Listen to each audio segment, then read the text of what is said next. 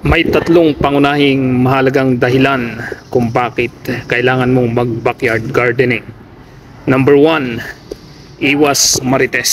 Sapagkat kapag ikaw ay maggagarden, talagang ito'y lalaanan mo ng panahon.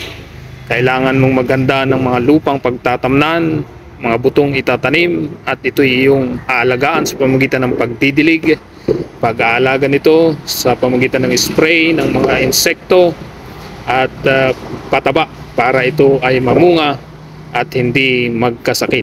So, number 2, walang gutom.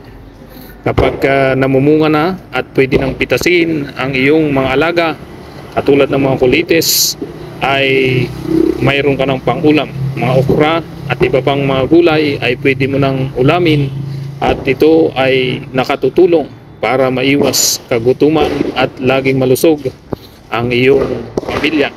Kaya't mahalaga na iba't iba ang iyong pananim para iba't iba ring pagkain ang iyong kakainin, iba't ibang ulam. Number 3, extra income. Kapag marami kang pananim, ay pwede mo itong ibenta, lalo-lalo na sa mga may pera, o pwede ka ring makatulong sa mga mahirap na hindi na kayang magtanim, sapagkat ang mga bunga nito ay tunay na mahalaga sa bawat taong gustong makakain, at na iisip mo rin ang iba pang paraan upang ikay magtanim. Kaya mahalaga na marami kang iba't ibang pananim sa iyong bakuran upang marami kang anihin at marami ring pambenta sa mga kaibigan, sa mga kamag-anak, at sa mga taong gustong makaulam din at makakain ng mga sariwang gulay.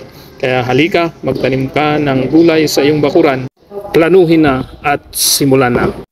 Bigyan daan natin ang shoutout. Happy Farming Idol, pa-shoutout Idol from Jimenez, Misyo. Maraming salamat sa inyong panonood. Bye-bye!